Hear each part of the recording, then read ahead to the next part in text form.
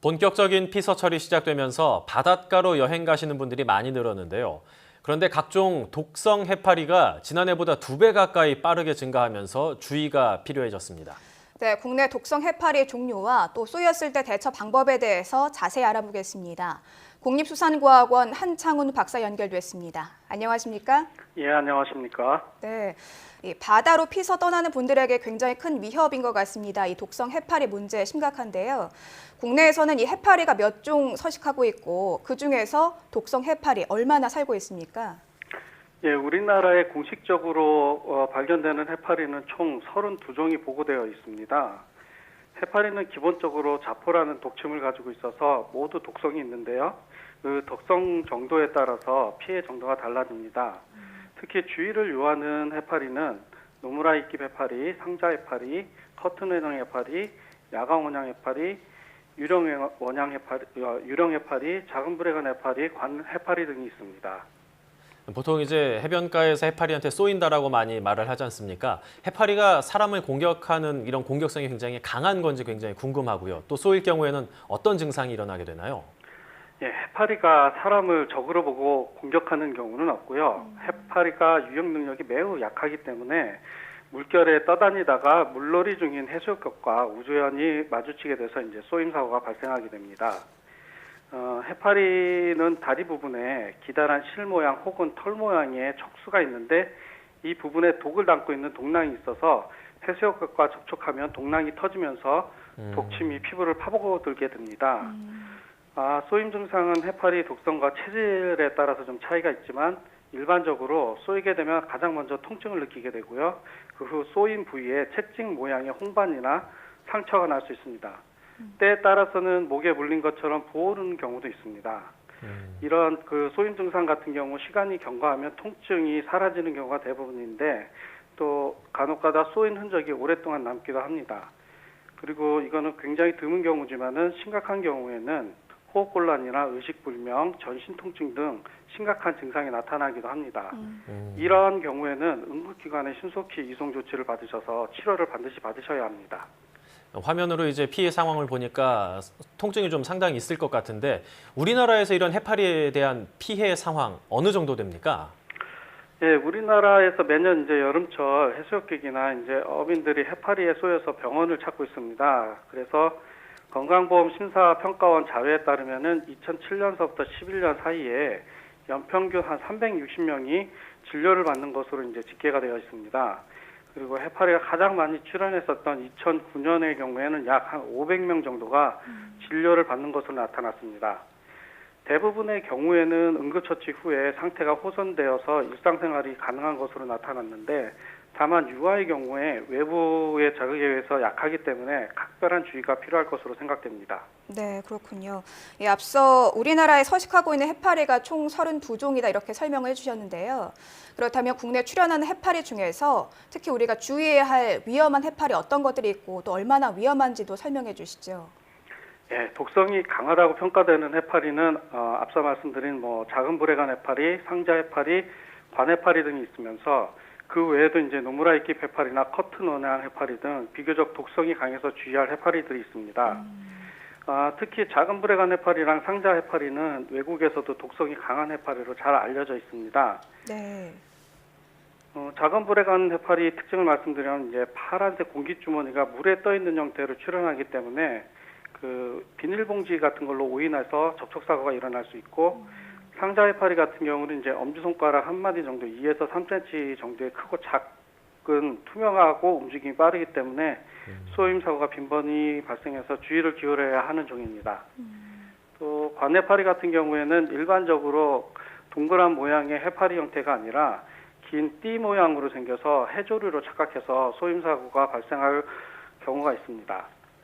보통 이제 해파리 하면 약간 이런 둥근 형태의 일정한 모양을 생각하게 되는데 좀 다양한 종류가 있고 형태도 여러 가지가 있다고 말씀을 해주셨군요. 근데 아무래도 많은 시청자분들께서 가장 익숙한 해파리는 노무라 잎깃 해파리가 아닐까 싶거든요. 이 노무라 잎깃 해파리가 어떤 해파리인지 또 쏘일 경우에는 얼마나 위험한지도 같이 설명을 해주시죠. 예, 노무라 이끼 해파리는 우리나라에 자생하는 해파리는 아니고요. 중국에서 태어나서 해류를 타고 우리나라 연안으로 유입되는 외래 유입 해파리입니다.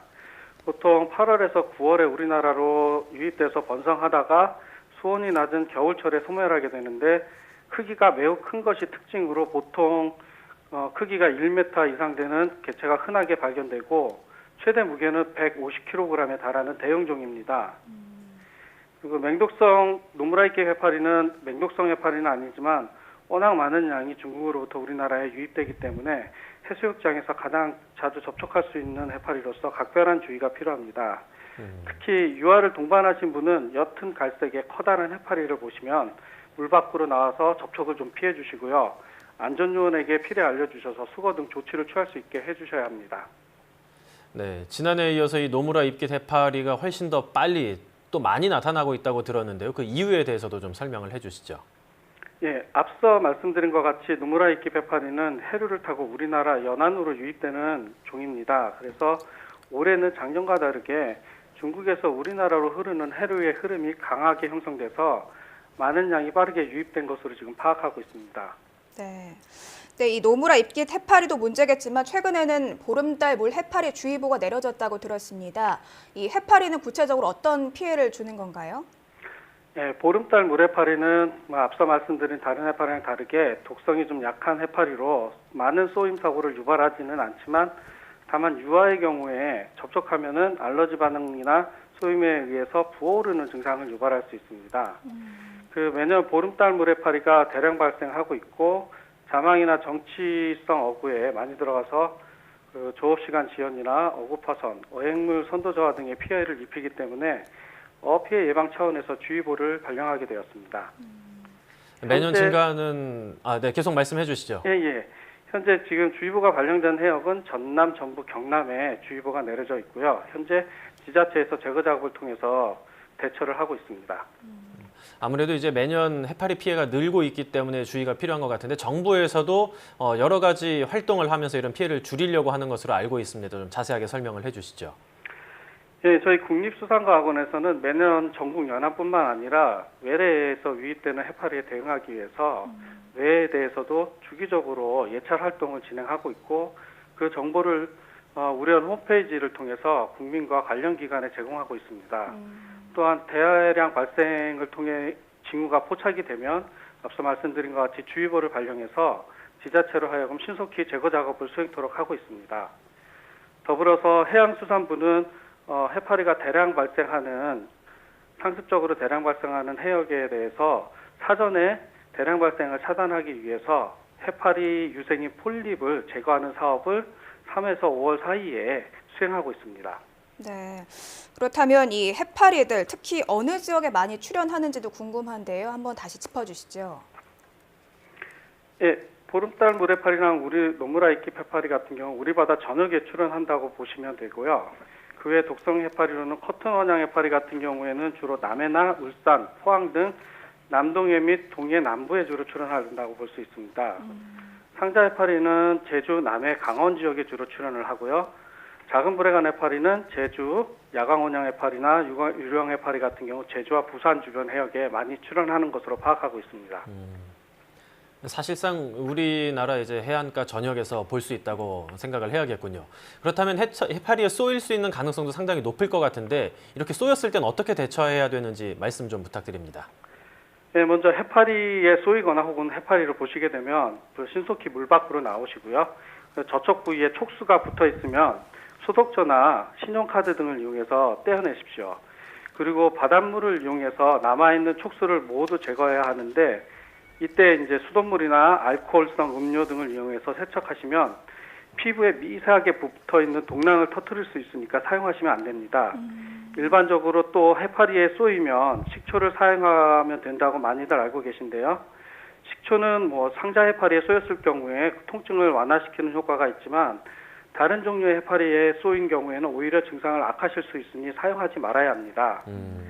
또 세척 후에는 가려움이나 통증 때문에 긁으면 증세가 악화될 수 있으니까 절대 손으로 긁거나 하시면 안 되고요. 냉찜질이나 45도 정도의 따뜻한 정도의 온찜질을 하시면 통증 감소에 도움이 됩니다. 응급처치 후에도 증상이 호전되지 않거나 악화되면 반드시 응급처치 기관이나 병원에 가셔서 적절한 조치를 받으셔야 합니다. 네, 이왕이면은 이제 해파리에 쏘이지 않게끔 사전에 준비를 많이 하는 게 좋을 텐데요. 어떤 준비를 해야 하고 또 이제 해파리에 쏘이지 않기 위해서 지켜야 할 안전 수칙 같은 게 있다면 말씀을 해주시죠. 네, 먼저 우리원 홈페이지에서는 각종 독성 해파리의 사진과 주요 특징들을 제공하고 있습니다. 그래서 어떤 형태의 해파리가 위험한 해파리인지 저희 홈페이지를 들르셔서 해파리 정보를 파악하시는 게 가장 먼저 좀 중요하게 생각이 되고요. 그리고 해수욕을 하시다가 해파리를 보시거나 혹은 다른 물체, 이상한 물체를 보시면 일단 물 밖으로 피하시는 것이 가장 좋습니다. 호기심에 만져보거나 하면 쏘일 수 있으니까 해파리와 바로 접촉하지 않는다 할지라도 보시게 되면은 일단 물 밖으로 나오시는 게 가장 중요하다고 할 수 있고요. 또 해파리는 이렇게 피부에 이렇게 노출된 부위에 쏘임을 유발하기 때문에 노출을 좀 줄일 수 있는 래시가드처럼 피부 노출 부위를 적은 복장으로 하는 것이 좀 유리할 수 있다고 볼 수 있습니다. 네. 해변가에서 이제 우리에게 피해를 줄 수 있는 해파리 어떤 것들이 있고 또 어떻게 대처를 해야 되는지 국립수산과학원 한창훈 박사와 이야기 나눴습니다. 박사님 오늘 말씀 감사합니다. 네, 감사합니다. 네, 저도 흔히 해파리에 쏘였을 때는 수돗물이라든가 식초를 이용해라 이렇게 알고 있었는데 우리가 좀 잘못된 상식을 많이 갖고 있는 게 아닌가 하는 생각이 들었습니다. 이 해파리에 쏘였을 때는 바닷물로 상처를 씻는 게 중요하다는 것 꼭 기억해 두는 게 좋을 것 같습니다. 네, 특히 이제 아이와 함께 해변가에 가신 분들께서는 아이한테 뭐 안전장구, 튜브나 뭐 구명조끼 같은 걸 끼웠다 하더라도 너무 깊은 곳에 가지 않게 얕은 곳에서 같이 놀게 하면서 해파리에 쏘이지 않게 주의하시면 좋겠습니다.